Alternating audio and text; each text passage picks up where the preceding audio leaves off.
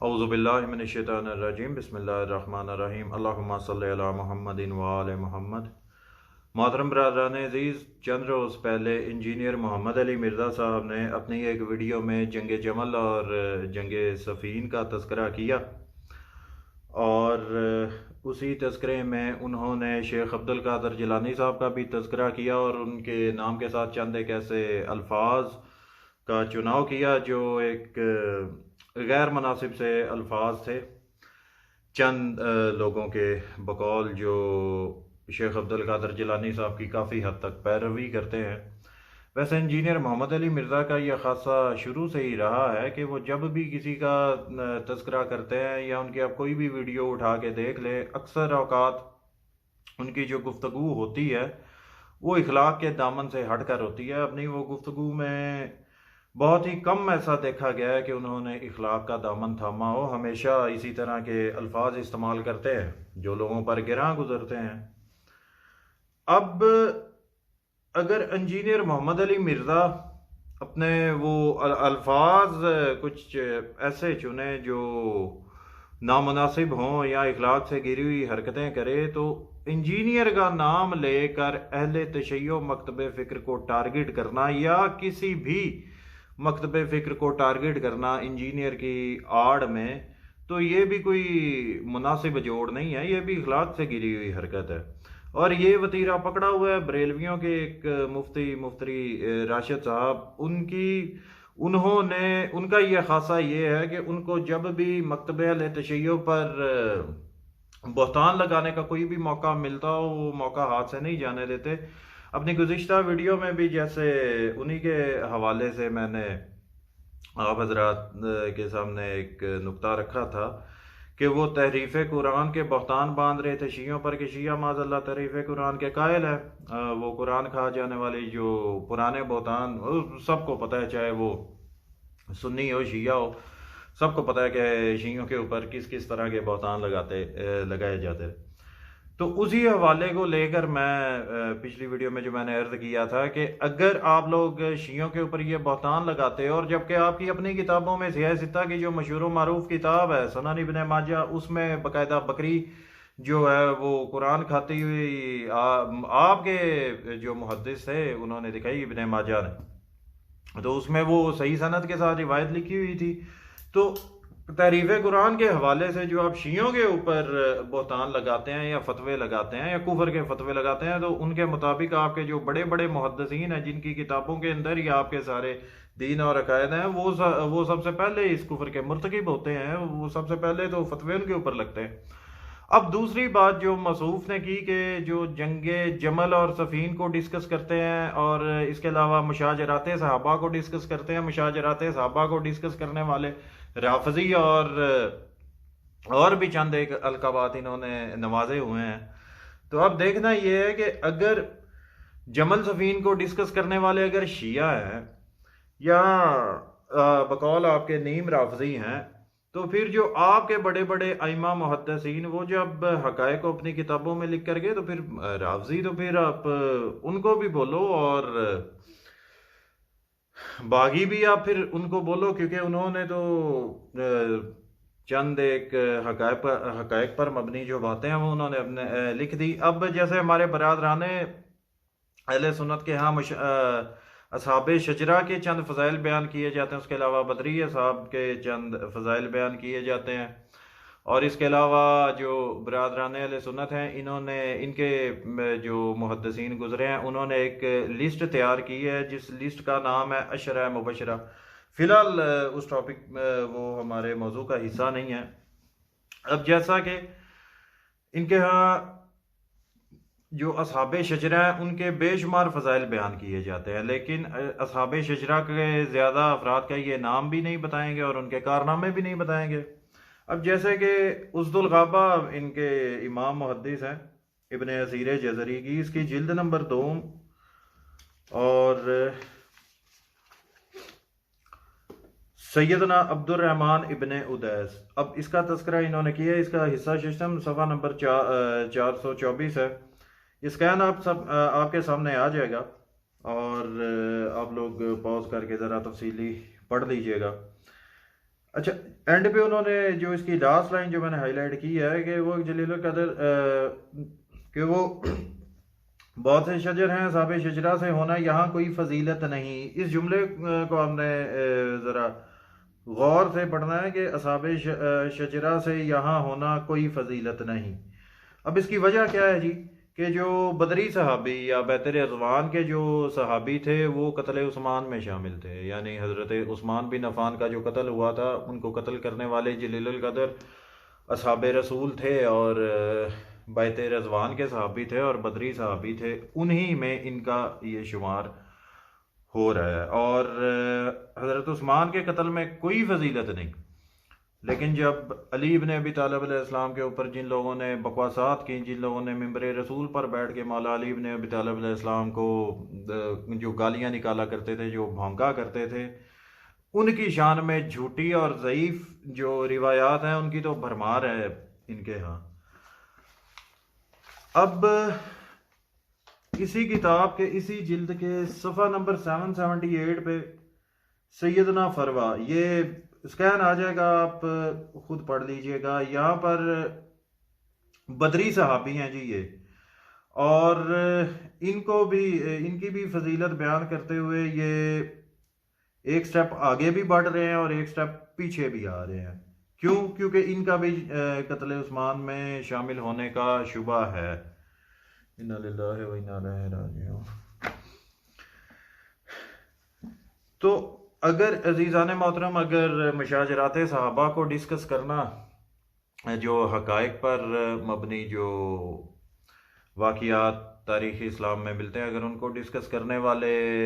رافضی ہیں، گستاخ صحابہ ہیں، تو آپ کا جو ابن جزری صاحب جو ہیں رافضی بھی ٹھہرے اور گستاخ صحابہ بھی ٹھہرے. جو فتویٰ ہم پر لگانا ہے سب سے پہلے ان پر لگایا جائے تو ہم اسے قبول کر لیں گے. اب جنگ جمل کے حوالے سے جو ہمارے برادران کہتے ہیں کہ جی اس کو ڈسکس کرنا ہی نہیں چاہیے کہ دونوں ہی گروہ حق پر تھے، یعنی مولا علی بن ابی طالب علیہ السلام بھی حق پر تھے اور ان کے جو مقابلے میں آنے والے تھے وہ بھی حق پر تھے. تو سرکار مصطفیٰ صلی اللہ علیہ وسلم کی وہ حدیث آپ کہاں لے کر جاؤ گے؟ علی حق کے ساتھ ہے اور حق علی کے ساتھ ہے، علی قرآن کے ساتھ ہے اور حق علی، اور علی قرآن کے ساتھ اور قرآن علی کے ساتھ، حق علی کے ساتھ، علی حق کے ساتھ. جی ہاں. خیر، اب اس حوالے سے اگر سرکار مصطفیٰ صلی اللہ علیہ وسلم کا ہی ایک فرمان، آپ علیہ السلام کی اگر ایک حدیث سامنے آ جائے اور جو مولا علی علیہ السلام کے مقابلے میں آئے تھے، اگر انہی کے قول اگر سامنے آ جائیں اور انہی سے ہی نبی علیہ السلام کی مروی احادیث سامنے آ جائیں، تو حق اور باطل ادھر بھی واضح ہو رہا ہے. مسند امام احمد ابن حنبل کی جلد 11 میں بڑی مشہور و معروف حدیث ہے. جلد 11 کے صفحہ نمبر 68 پر، اور حدیث نمبر ہے جی 24,758، یعنی ہاں وہ یہ جی اپنا مقام حواب کے کتوں والی جو حدیث ہے وہ تو بڑی مشہور و معروف ہے. یہاں پر بی بی عائشہ صدیقہ کا ہی قول نقل ہے کہ بی بی عائشہ صدیقہ نے فرمایا کہ سرکار مصطفیٰ صلی اللہ علیہ وسلم نے فرمایا کہ میری ایک بیوی پر حواب کے کتے بھونکیں گے. تو اب یہ بی بی عائشہ کی اپنی ہی وہ خود ہی راویاں ہیں کہ سرکاری مصطفیٰ صلی اللہ علیہ وسلم نے جو یہ حدیث بیان فرمائی تھی کہ میری ایک بیوی پر مقام حواب کے کتے بھونکیں گے. تو کتوں نے بھونک کر بھی حق اور باطل کو واضح کر دیا. لیکن بڑے افسوس کی بات ہے کہ خود کو چند لوگ انسان کہلانے والے اس چیز کو نہ سمجھ سکے، تو پھر ان سے تو کتے ہی بہتر ہو گئے جو حق اور باطل کو سمجھ گئے. اب اس کے علاوہ آ جاتے ہیں جی جنگ صفین پر. کہ جی صفین کو ڈسکس کرنا چاہیے کہ نہیں کرنا چاہیے، اور باغی گروہ کے بارے میں جو ایک مشہور و معروف حدیث ہے سرکار مصطفیٰ صلی اللہ علیہ وسلم کی کہ عمار کو ایک باغی گروہ قتل کرے گا، تو جو مولا علی بن ابی طالب علیہ السلام کے سامنے جو حضرات آئے تھے جنگ کرنے کے لیے، جنہوں نے جنگ کی بھی اور باغی ثابت بھی ہوئے، جب انہوں نے اس چیز کو تسلیم کر لیا ہے کہ وہ باغی ہیں، تو یہ آج کل کے کس کے بیچارے ہیں؟ امام احمد ابن وہی امام مسند ابن امام مسند امام احمد ابن حنبل جلد ہفتہ میں، اور صفحہ نمبر 339، اور حدیث نمبر ہے جی 17,931۔ خلاصہ میں آپ حضرات کی خدمت میں پیش کر دیتا ہوں، اور آپ لوگ مکمل تفصیل کے ساتھ آپ اسے خود پڑھ لیجئے گا۔ اس کا خلاصہ یہ ہے کہ جب جنگ صفین میں جناب عمار ابن یاسر شہید ہوئے، اور یہ خبر جب پہنچی باغیوں کے پاس، تو جو معاویہ ابن ابو سفیان تھا، وہ خبر لانے والے کو اس نے یہ کہا کہ تم یہ جو نیچے الفاظ آپ ملاحظہ فرما لیجیے گا کہ معاویہ نے کہا کہ تم اپنے ہی پیشاب میں گرتے، کیا ہم نے انہیں قتل کیا؟ انہیں تو مولا علی علیہ السلام اور ان کے ساتھیوں نے خود قتل کیا، وہی انہیں لے کر آئے اور ہمارے نیزوں کے درمیان ڈال دیا۔ یہ جو بالکل آخری جملہ ہے امیر شام کا، معاویہ ابن ابو سفیان کا، کہ انہوں نے ہمارے نیزوں کے آگے لا کے ڈال دیا، اب یہی وہ جملہ جو ثابت کر رہا ہے خود معاویہ ابن ابو سفیان کا کہ عمار ابن یاسر کو شہید کرنے والے، قتل کرنے والے وہ خود ہی ہیں، ایک چیز۔ اور دوسری چیز یہ اس کی آپ تعویل چیک کریں، اس کی یہ ٹیٹو پارٹی چیک کریں کہ مولا علی بن ابی طالب علیہ السلام کے اوپر الزام لگایا کہ مولا علی ان کو جنگ میں لے کر آئے، اور یعنی جناب عمار ابن یاسر کو، اور وہ ہمارے نیزوں کے درمیان آ گئے، یعنی اگر مولا علی بن ابی طالب علیہ السلام ان کو جنگ پر نہ لے کر آتے تو نہ مارا جاتا جناب عمار ابن یاسر، نہ شہید ہوتے، نہ قتل ہوتے۔ جب یہی اس کی تعویل مولا علی بن ابی طالب علیہ السلام کے پاس پہنچی تھی، تو مولا علی بن ابی طالب علیہ السلام نے جو الزامی جواب دیا تھا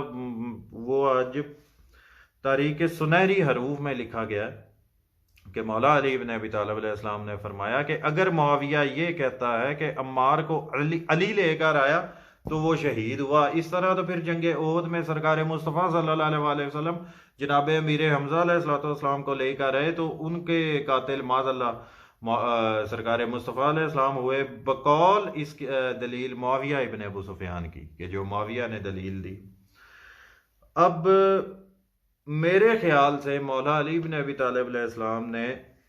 غزوہ احد میں جناب امیر حمزہ علیہ السلام کا ہی تذکرہ کیوں فرمایا؟ وہ اس وجہ سے کہ جب جناب امیر حمزہ علیہ السلام شہید ہوئے جنگ احد میں، تو ان کی شہادت کے بعد جس ملعونہ نے جناب امیر حمزہ علیہ السلام کا کلیجہ چاک کر کے کلیجہ چبایا، اور اس کے بعد اس عورت کا ایک لقب پڑا جگر خوارہ ہندہ، تو شاید مولا علی بن ابی طالب علیہ السلام امیر شام کو یہ بتانا چاہتے تھے کہ تمہاری جو اصلیت اور حقیقت یہ ہے کہ تم جگر خوارہ کے بیٹے ہو، اور اسی وجہ سے اس طرح کی باطل طویلات اپنے آپ کو بچانے کی خاطر کرتے ہو۔ تو محترم برادران عزیز، اب اس ساری بات کا خلاصہ تمام حضرات کے خلاصہ یہ ہے کہ اگر مشاجرات صحابہ کو ڈسکس کرنے والے اگر صرف شیعہ ہیں، شیعہ رافضی ہیں، تو ابن سیر جزری حمزہ شیعوں سے بڑا رافضی، اور اس کے علاوہ امام احمد ابن حنبل یہ بھی ڈیفینیٹلی ہم سے بڑا رافضی، اور اس کے علاوہ یہ جو باغی گروہ والی جو روایت ہے یہ تو صحیح بخاری اور صحیح مسلم میں بھی موجود ہے، اور وہ تو بچہ جانتا ہے، لیکن یہ کتاب یہ حوالہ جات دکھانے کا مقصد یہ ہے کہ صرف بخاری میں نہیں ہے، اور بھی کتب میں، برادران اہل سنت کی کتب میں موجود ہے۔ تو یہ جو تمام ناسبی وہابی حضرات ہیں یا بریلوی فرقے میں چند لوگوں کے اندر جو ناسبیت کے آثار پائے جاتے ہیں، ان تمام کی خدمت میں ایک ہی بات عرض کرنا چاہوں گا کہ مشاجرات صحابہ کو ڈسکس کرنے والے شیعہ، سب سے پہلے امام بخاری کو رافضی لکھو کہ اگر شیعہ اس وجہ سے رافضی، اس کے علاوہ امام احمد ابن حنبل کو رافضی لکھو، اس کے علاوہ اپنے اسیر جزری کو رافضی لکھو، اور پھر شیعوں پر بات کرنا۔ تو انجینئر محمد علی مرزا صاحب کے جو بھی عقائد و نظریات ہیں ہمیں اس سے کوئی لینا دینا نہیں ہے، اور اگر اس نے عبد القادر جیلانی صاحب کے بارے میں جو الفاظ اس نے استعمال کیے، اب ان الفاظ کا بھی شیعوں کے ساتھ کوئی لینا دینا نہیں ہے، ایون کہ ہمارا شیخ عبد القادر جیلانی صاحب سے بھی کوئی لینا دینا نہیں ہے، لیکن قابل احترام ہے کیونکہ ہمارے برادران نے اہل سنت کے ہاں چند ایسے مکاتب فکر یا فرقے پائے جاتے ہیں جن کے نزدیک ان کا بہت بڑا احترام ہے، ایون کہ اہل حدیث حضرات بھی ان کی پیروی کرتے ہیں۔ جو طریقہ نماز کا وہابیوں کا ہے، اہل حدیث حضرات کا ہے، وہی طریقہ شیخ عبد القادر جیلانی صاحب کا ہے، بلکہ یوں کہوں کہ جو طریقہ نماز شیخ عبد القادر جیلانی صاحب کا تھا وہی طریقہ نماز وہابیوں اہل حدیثوں کا ہے، تو ڈیفینیٹلی اب ان کے ہاں ان کا ایک مقام تو ہے۔ تو اگر کسی کے بھی محدث یا بزرگ کا کوئی بھی اگر احترام سے نام لے تو یہ بہتر ہے۔ تو اب ان لوگوں سے جو انجینئر کی آڑ میں شیعوں کے اوپر بہتان لگاتے ہیں یا شیعوں کے عقائد و نظریات پر بکواسات کرتے ہیں، ان سے بھی یہ التجا ہے کہ انجینئر اگر کوئی بات کرتا ہے تو انجینئر تک ہی رہا کریں۔ انجینئر کا شیعت سے نہ کوئی تعلق ہے، اور نہ ہی شیعہ اس کو فالو کرتے ہیں یا اس کو کوئی اوتھینٹک مانتے ہیں۔ تو وما علینا الا البلاغ۔